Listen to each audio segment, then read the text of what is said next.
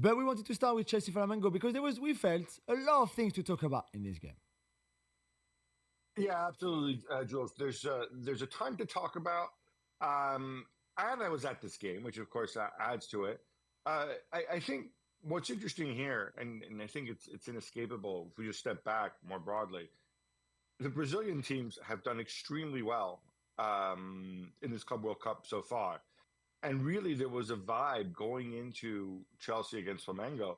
Um, Philadelphia pretty much taken over by Flamengo fans. And they obviously made the most noise in the stadium and whatever else.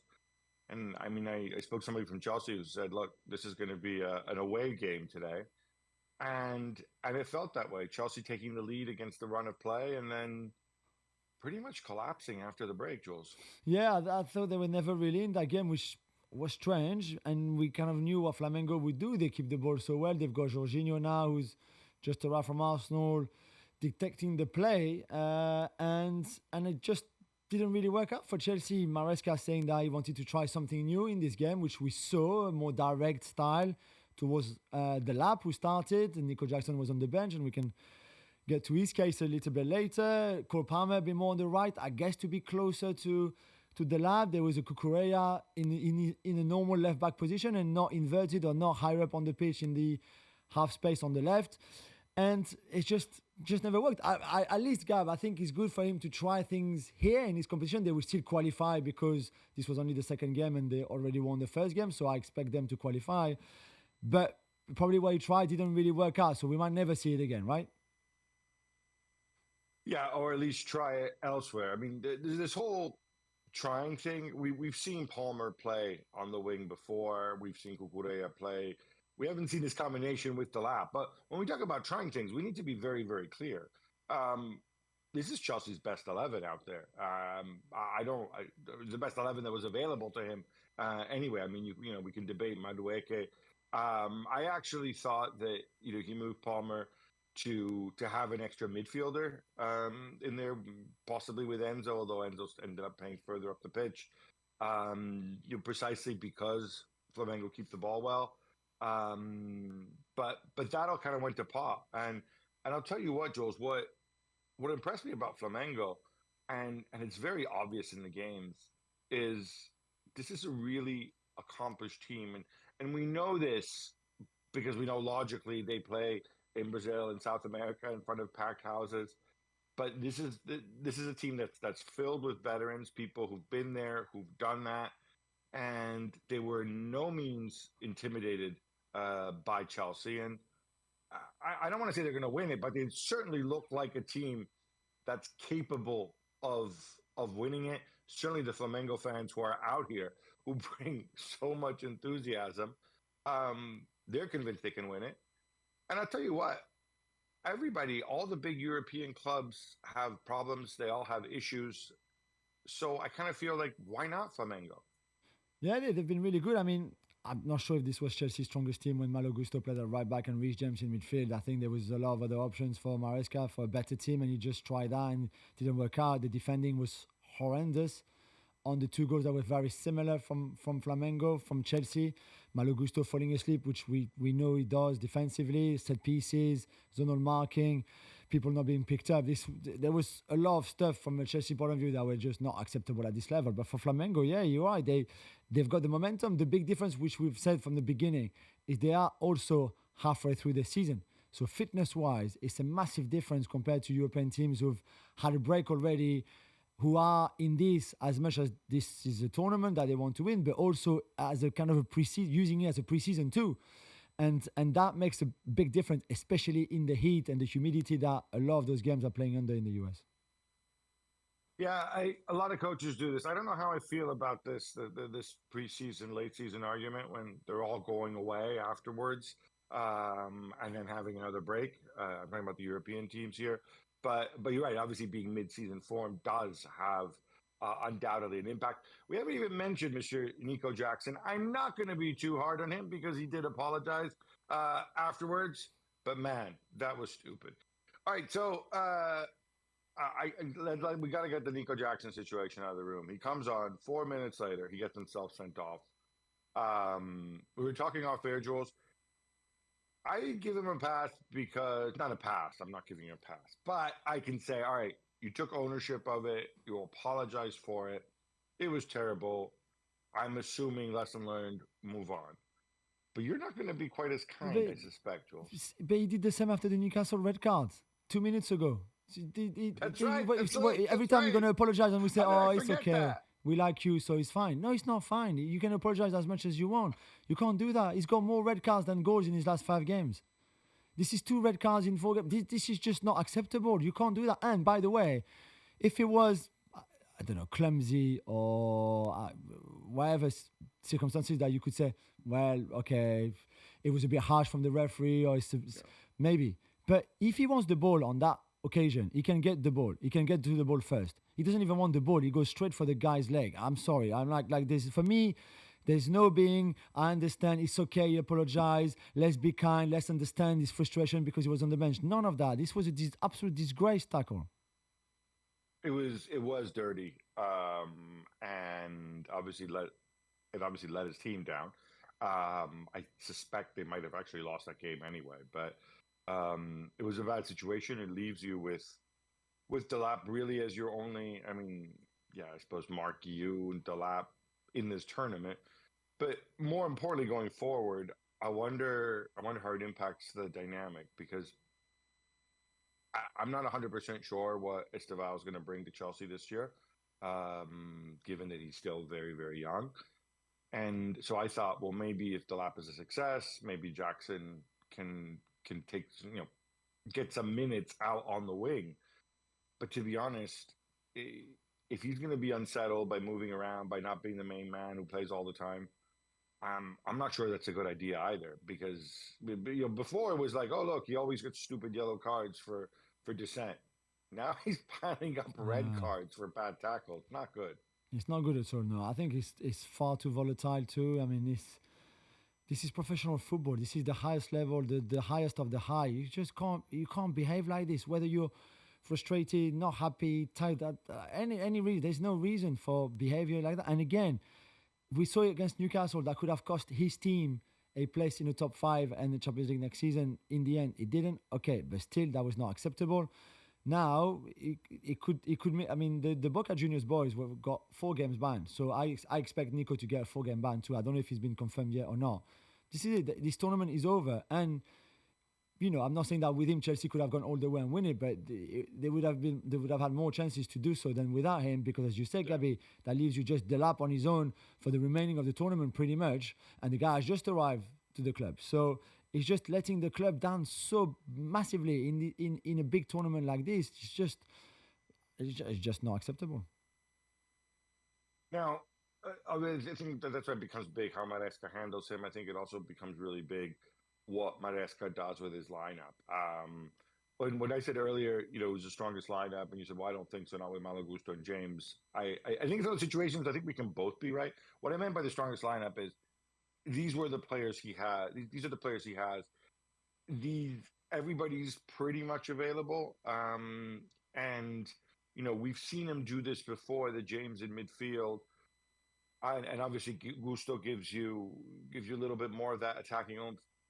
I mean, this is his rotation, and so if he's saying he's trying something, he's not trying something that's outlandish. He's never done before. He's not playing the scrubs, and I thought it was really disappointing. I don't have so much of an issue with, if you want to play Palmer on the right, you kind of need Malo Gusto for the overlap, and sadly, I don't think you can rely on James week in, week out at this stage. But man, it just didn't work. And the Palmer on the wing solution, is this something that goes out the window? Because if I were a conspiracy theorist, Jules, I would look at this and say, okay, you have 2 wingers going into the season, right? In terms of team building, you have Neto and you have Madueke, and you need at least 4 because you're playing in the Champions League. And then you might have Esteval, or you will have Esteval, but you don't know what he's going to give you because he's very young. You have Tariq George, who's also very, very young. You don't know what he's going to give you. You don't know if somebody new's coming in. You have João Felix, who you don't want. So you will have Palmer and Jackson in wide areas more often. to make up the numbers. And is this a solution? So I throw this to you. Is this a solution? Palmer wide and an extra midfielder in there. No, I don't think so. I don't think so. I mean, Neto played closer to the lap to leave that left channel for Correa coming, bombing forward kind of thing. For me, the fact that Cole Palmer played 81 minutes, if I remember well, and had 32 touches of the ball just answers your question. You can't have your best player on 32 touches in a game like this when he plays 81 minutes. This is just ridiculous. There's subs who come on for the last 15 minutes or games or 20 minutes who have more touches than Cole Palmer in 81 minutes. Again, he's your best player. You have to find a way of having him performing better, because since January, really, he's been poor. He's been very average, and that's not him. But for me, the answer is not putting him like that out wide on the right. Sorry, it doesn't work, and certainly doesn't work when you put Reece James in midfield when you've got Lavia available. It doesn't work for me when Enzo Fernandez is that number 10 either. No. So there was just nothing from that starting 11 and that tactical lineup from Maresca that makes much sense and that actually works. So I'm really hoping that we will never see this again. Well, I think by necessity, it's likely you will see Palmer on the right, maybe with other people elsewhere at some point. I mean, unless the numbers change. I agree with you, and it's so obvious when you're there that when you ask about Chelsea, I mean, Flamengo actually, they pressed intermittently, but when they did press, I thought it was very effective. It was very positional, and I thought Chelsea had a difficult time actually breaking the press with any kind of creativity. But we go back to this. If we're talking about who provides creativity, who's press resistant, I mean, I think this is why Malo Gusto plays, because presumably he offers that, because the two center backs aren't going to do that. Colwell, maybe we've seen him play make in the past, but hasn't really done it since returning to Chelsea. Cuckoo doesn't do that. Reece James doesn't do that. Enzo freaking doesn't do that. I mean, honestly, Jules, Caicedo is kind of your second most technically gifted passer. Is that an exaggeration? No, there's a bit of that, yeah, and I feel a little bit for Caicedo because he's far too much on his own as well. Exactly. A word on Flamengo. How important is the experience angle to it? Because when we look at this, obviously there's a lot of technical ability, but I think we've said it before. I think other than Wesley, everybody else in this Flamengo side has played abroad outside of Brazil at some point of their career. It's Jorginho, it's Pukas, it's Danilo at the back. Alexandro's still on the bench. We haven't seen him. Presumably, maybe we will at some point. This is pretty remarkable. Can the experience carry you through? Yeah, I think it can add help, and not just the experience from European football, but also from this competition, albeit in the old format, because this is a team that has been there before and that has experienced those kind of moments, playing against teams from different countries and different culture, different style of football, and I think it helps. It really helps. Plus, they've got the support that you mentioned at the start of the show, Gavi. Plus, they are midway through the season, so they should be fitter than the teams that are just starting their kind of pre-season for their season that will only start in 2 months' time or something. So they have a lot of things like other Brazilian clubs or Argentine clubs going for them in this tournament, and I think it's great to see, because we anticipated the Brazilian teams to be good, and we said the only teams that can compete with European clubs, we think, will be the Argentina clubs and the Brazilian clubs, and that's exactly what's happening. So it's great to see, and let's see how far they can go, whether it's Flamengo, Palmeiras, or others, and where they will be stopped and who will stop them. Final point on this preseason, postseason thing. I've had the opportunity to talk to some people, and it is a bit of a mixed bag in terms of how they're approaching it. But this idea that they're treating it like a preseason, I think surely the feedback I got was it's true in terms of trying different solutions, especially in the group stage. We'll get to City later where they make 11 changes. Um, but on the physical side, they're treating this, it's a little bit like the World Cup in the sense that they are, they're not building up fitness for next year. Um, what I've been told is you can't really do that when then you lose the players for 3 weeks afterwards. So you can't, in preseason, you would normally increase the workload to build the base of fitness for the season. So they're kind of in uncharted territory, I guess, is what I'm doing. They don't want to push the players all the way the way you would with a World Cup or Euros or a summer tournament. At the same time, though, you can't really start building up the preseason fitness now, partly because you have competitive games and partly because then you have this longer break. All right, enough Chelsea and Flamengo. How about some quick hits instead? Let's go, Gab. Raul Asensio gets sent off almost straight away, and there's no Kylian Mbappe. There's some tummy issues, poor guy. But it's okay, because Real Madrid put together a resounding 3-1 win over Pachuca. Yeah, they were better at 10 men than 11 men when they looked very shaky defensively, especially with this new high line that Xabi Alonso has clearly been working on and trying to implement in the team. But Pachuca is not a very good team to start with. And I thought it was quite comfortable for Real Madrid to, in the end, go and win this game, even with 10 men for most of that, for 80 minutes or so. Good goal by Jude Bellingham, far too easy, but good goal from him. Good goal from Arda Güler, very easy too, but still. And I thought there would be things that would have pleased Xabi Alonso, and others that would have made him really angry. Like, if you play the highline, no problem. But if you don't put pressure on the ball, you're going to be in trouble. So there's still a lot of things to sort out. I've only seen them on TV, but for me, Pachuca, easily the worst Mexican team I've seen in this tournament so far.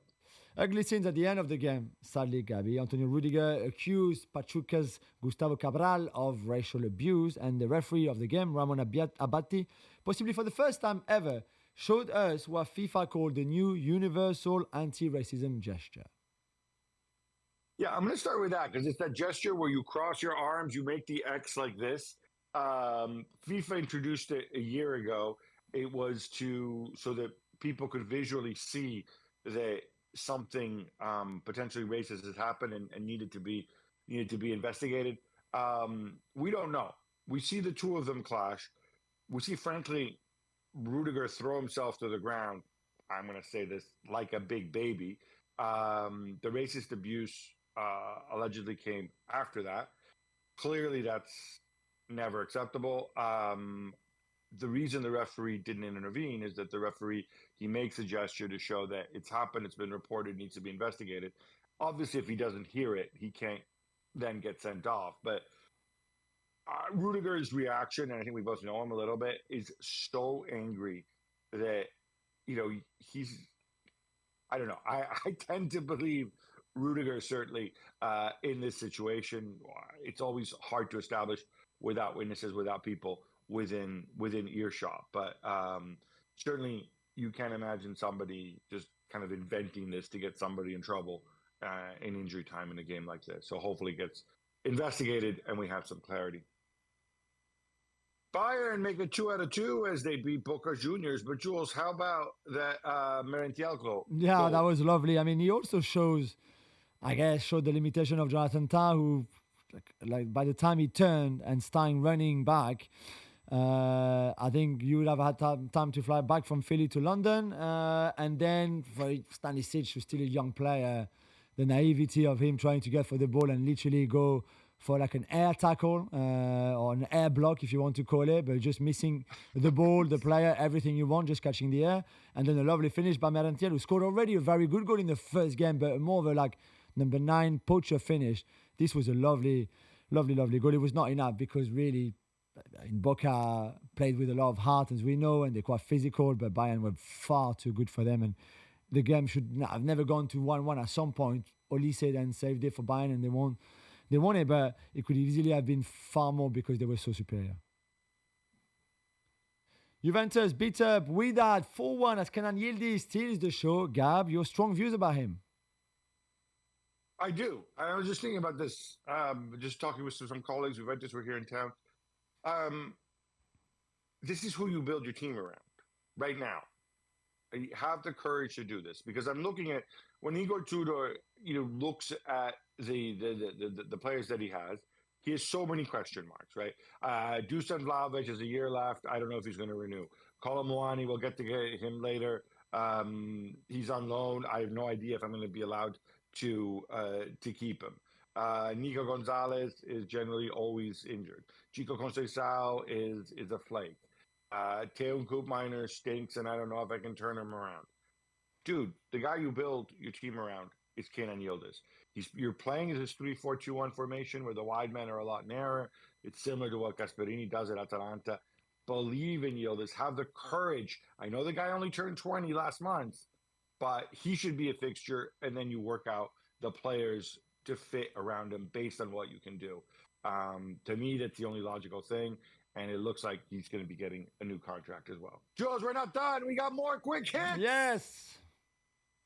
Paul Pogba has a new home, Jules.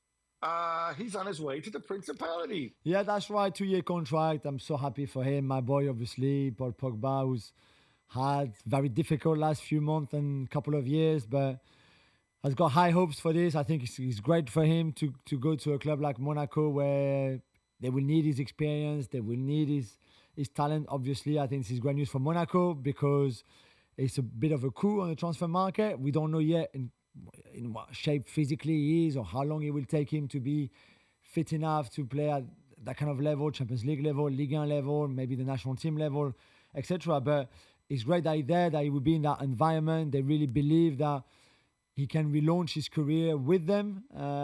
He certainly believes it so too. I think for Liga, it's a wonderful news because in what has been a difficult time for the league, financially especially, to attract somebody like him is amazing. So I'm super happy. I can't wait to see how it goes. I hope obviously that it goes well, but I think everybody knows also that there's a possibility that things are not going to work out maybe. So we will have to see. But I'm just so happy that he's back in the game.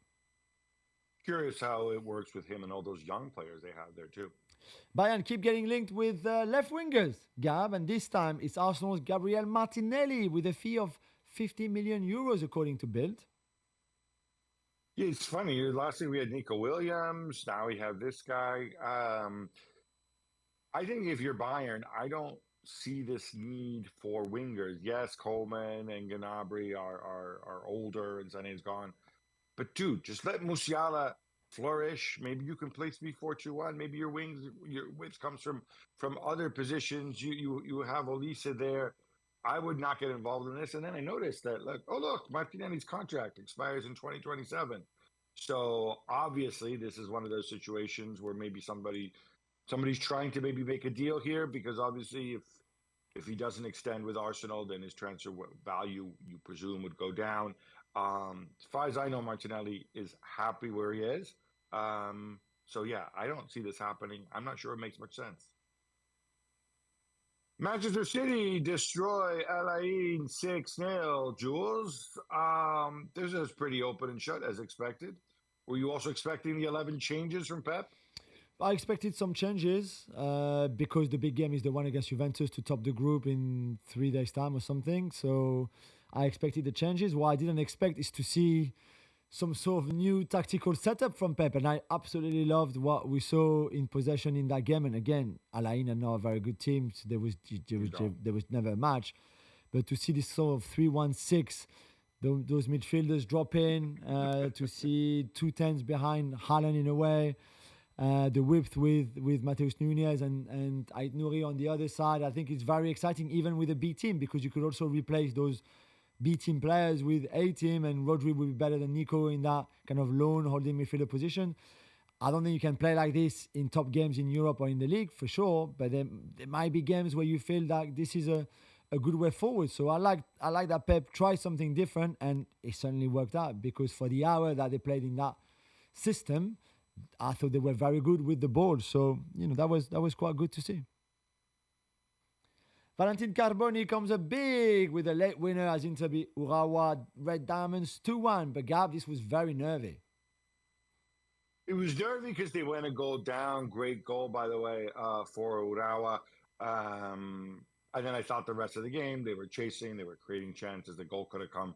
The goal could have come sooner. I'm okay with where Christian Kivu is right now, considering some of the injuries they've had, considering some of the unavailable players. I am extremely happy for Valentin Carboni because he's had such a difficult time, so highly rated. Obviously, goes off to Marseille, then gets injured, the cruciate ligament, then comes back.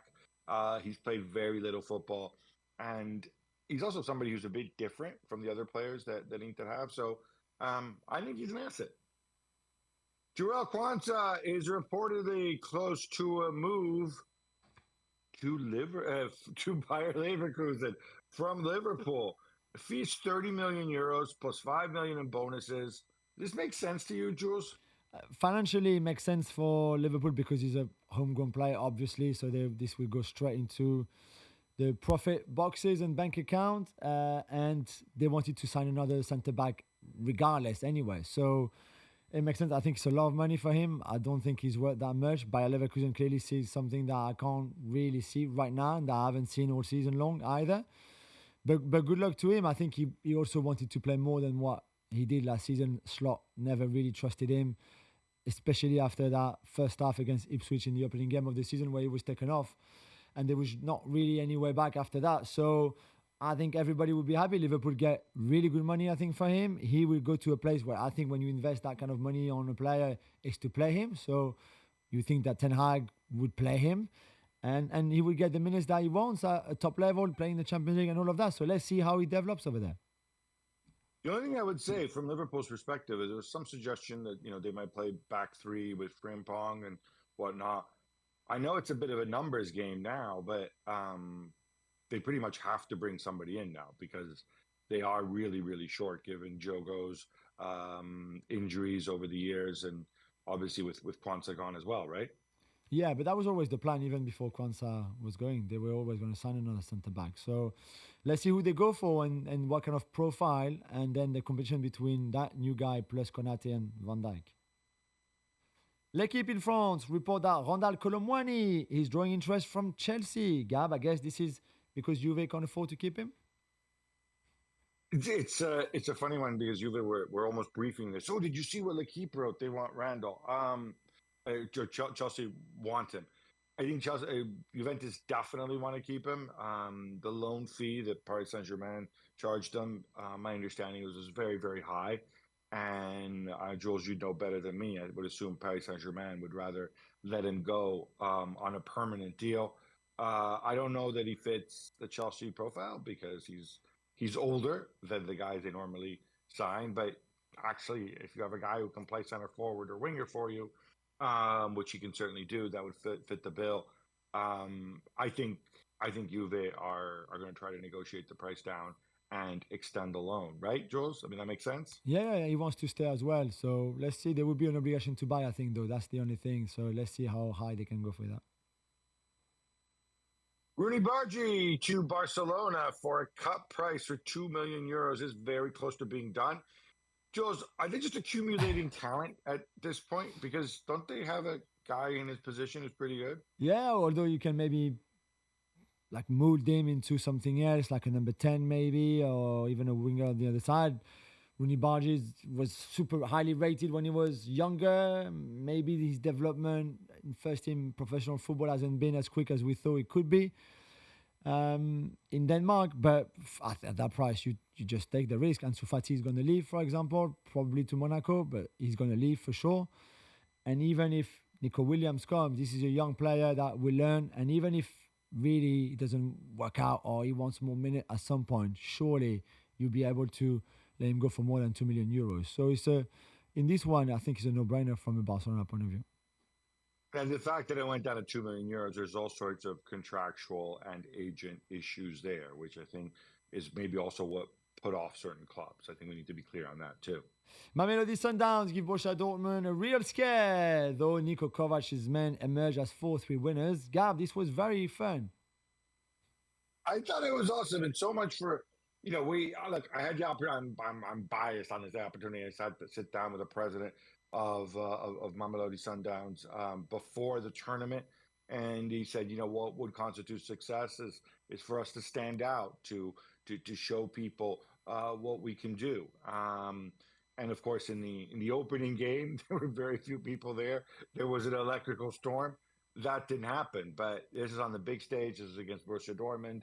Um, the way they were able to put three past Dortmund in those conditions, two of the goals coming late, the way they were able to scare them.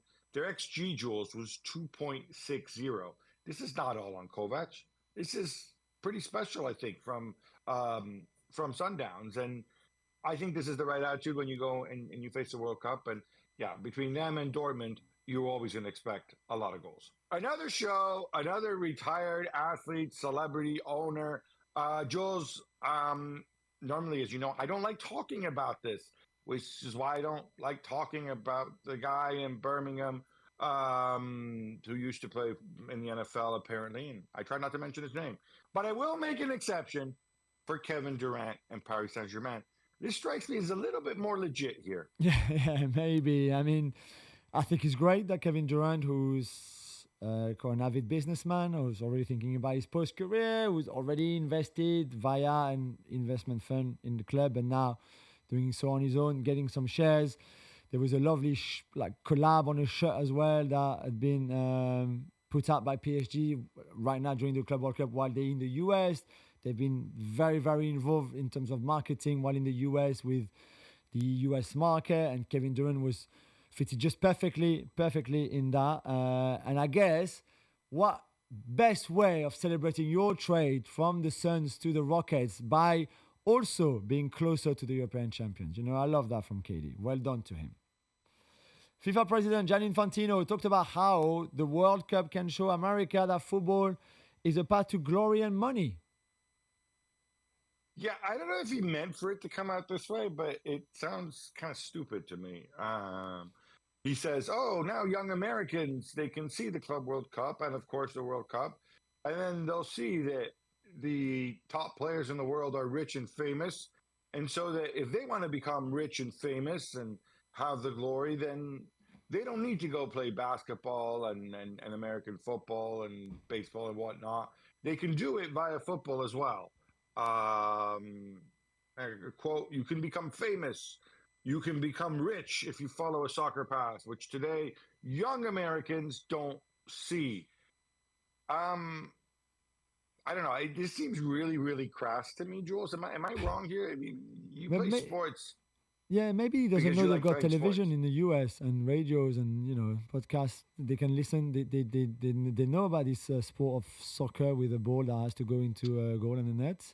Because I think there's a lot of people in the US who understand that you can earn a lot of money and be famous if you do well at soccer. Like, where does he think they're from?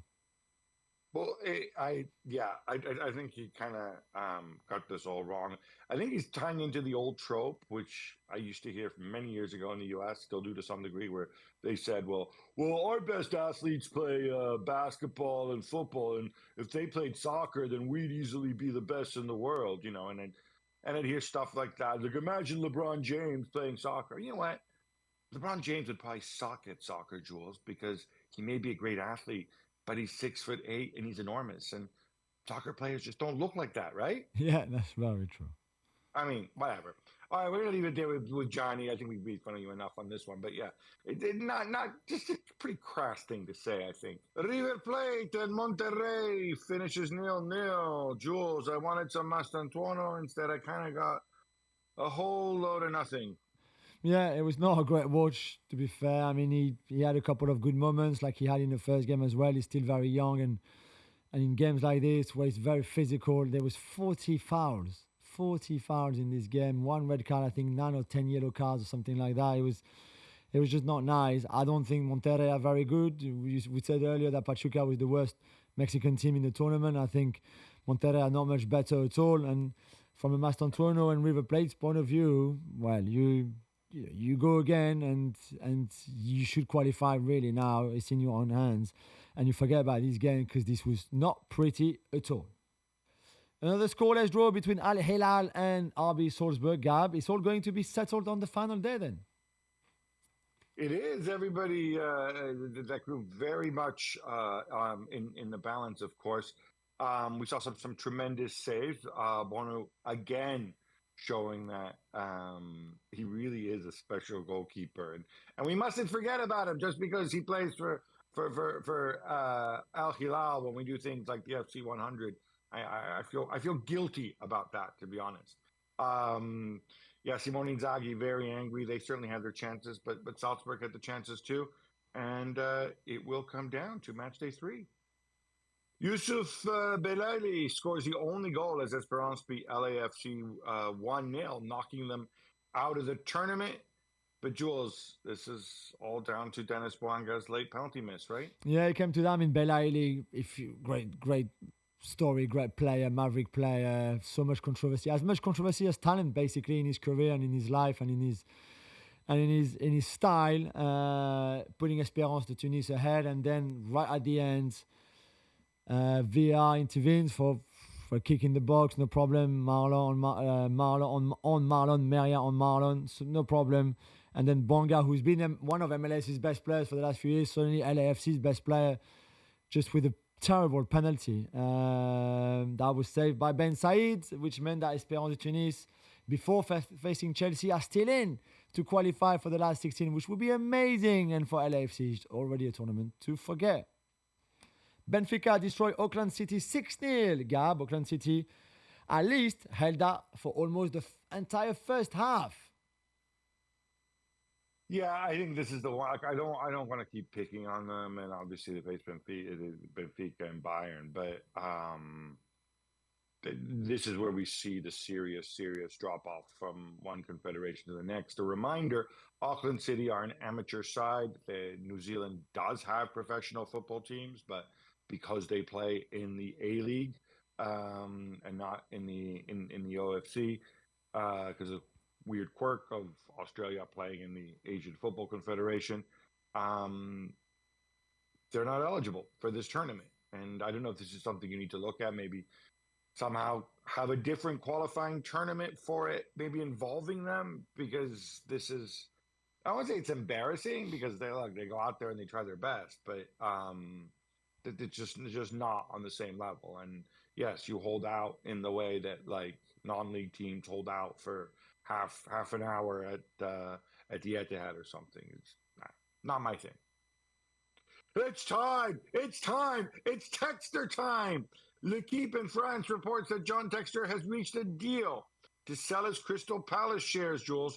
Great news for Palace, and I guess great news for Lyon too. Yeah, and I don't know if for John Textor if it's great news or not. I mean, good news, I think, for Woody Johnson, who is already an owner in US sports and coming into Europe for football, buying those shares at Crystal Palace for around 200 million euros. So JT, to be fair to him, will make a bit of a profit on how much he bought those shares, even if, as we've been saying many times, that meant nothing to him because he had absolutely no voice at that club or no power at all or anything like that. But this is the end of a long saga that felt that would never end, but now it's close to an end, and you would think that is good for Crystal Palace because that means they will be able to play freely in the Europa League next season, as there won't be the sort of multi-club ownership that threaten their non-participation to it or their participation to it. And for Textor, he can focus now on putting his Eagle Football Group onto the stock exchange and see where that leads him. Woody Johnson, of course, the former U.S. ambassador to the United Kingdom, as you mentioned, owner of the New York Jets, and also, Johnson & Johnson Pharmaceuticals. Yes, of course. That's him. That's the him. Company he inherited from few coins he has. from Grandpa. Yeah, and his first name, by the way, not really Woody. His full name is Robert Wood Johnson, but he goes by Woody rather than Wood, for obvious reasons, I assume. Speaking of owners who maybe should sell up, the Premier League have written to Todd Boehly over his shares in a ticket broker company. Yeah, it's not just a ticket broker. It's a ticket broker called Vivid Seats, which, in the view of the Premier League, they operate, because they don't operate in the United Kingdom. I guess they're allowed to do this abroad, but they operate in a way that's not quite illegal, but unauthorized, and they're officially on Chelsea's blacklist, on the Premier League's kind of blacklist, in terms of secondary markets. And hey, look, Todd Bowley happens to be an investor and a director there, while also being a minority owner of a football club. This was raised by Chelsea Supporters Trust a while back, and the Premier League, to their credit, have taken interest in the case and are actively speaking. I don't understand why. We've talked about before about blind trusts, right? With Crystal Palace, maybe Todd Bowley can put his Vivid Seats shares in a blind trust, or maybe just get out completely. Surely and kind get of out, yeah. understand that you're operating in a different culture, and maybe you should be doing this thing.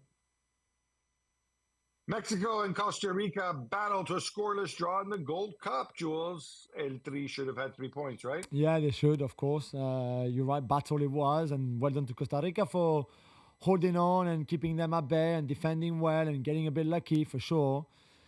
And for Mexico, I'm still watching this team and I'm not really sure what kind of direction they're going to, how good they can be, or could they be good, really? So we'll have to wait and see, because there will be tougher games coming up, of course, later on in this Gold Cup. But for now, what we saw last night was clearly a disappointment. Patrick Aguimong scores the winner. The United States beat Haiti 2-1. Gab, 3 wins out of 3 now in the group for Pochettino. Who's laughing now? Yeah, so you're tempted to say, Pochettino's getting the last laugh because they're perfect in the tournament. And of course, before they had those defeats going into it, to Switzerland most notably. Yes, it is 3 wins in a row. 2-1 over Haiti, I don't think is anything to shout about necessarily, although they did have the upper hand, I thought, through most of the game. I mean, the others against an understrength Saudi Arabia, who of course are invited to the tournament, but had bigger fish to fry elsewhere, and also have a bunch of players, of course, at El Hilal. And then the opener, I think, was against Trinidad, if I'm not mistaken. The expectations here are that they have to win the tournament or get to the final. Otherwise, it's a failure. Even with this very understrength group of players, because obviously a bunch of guys are missing. So, yeah, I don't think Pochettino can get cocky just yet. But I'm sure he will later after they win it.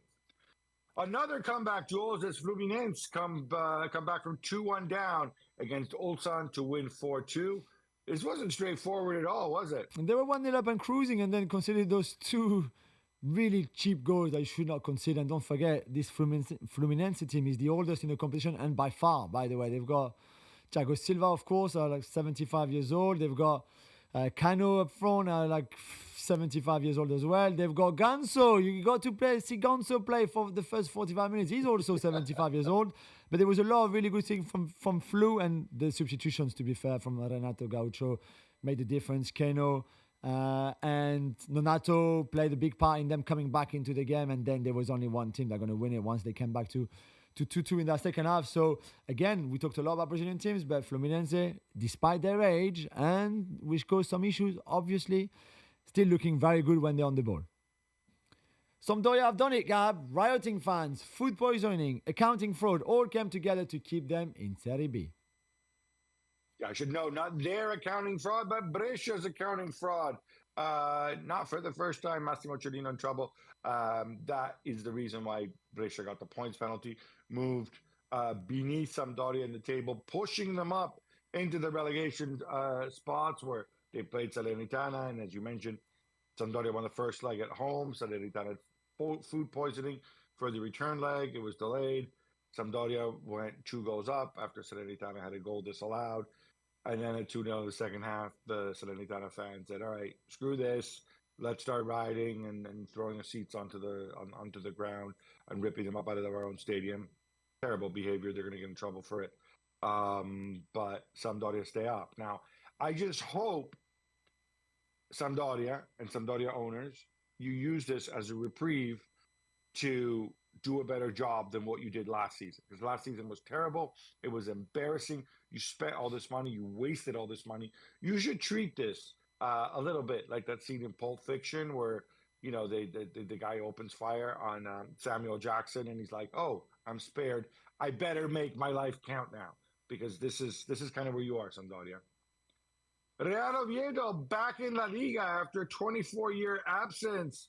How about that Santi Cazorla, Jules? Incredible. I mean, he's the story, really. I know he's great for Oviedo, who beat Mirantes to come back into La Liga, but this is his club, his hometown. He came back there playing almost as a free, let's put it that way, to try to bring them back into La Liga. He's 40 years old. He scored in the semi-final a wonderful free kick. He scored in this playoff final a penalty.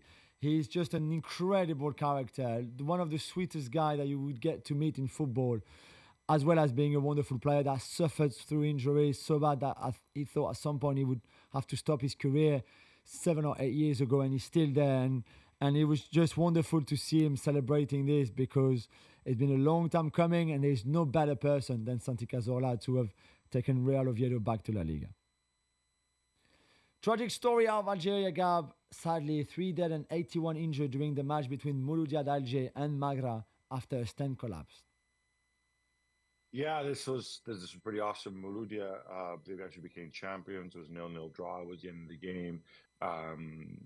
Early reports indicate that it was a case of fans trying to congregate to really celebrate the title that they won.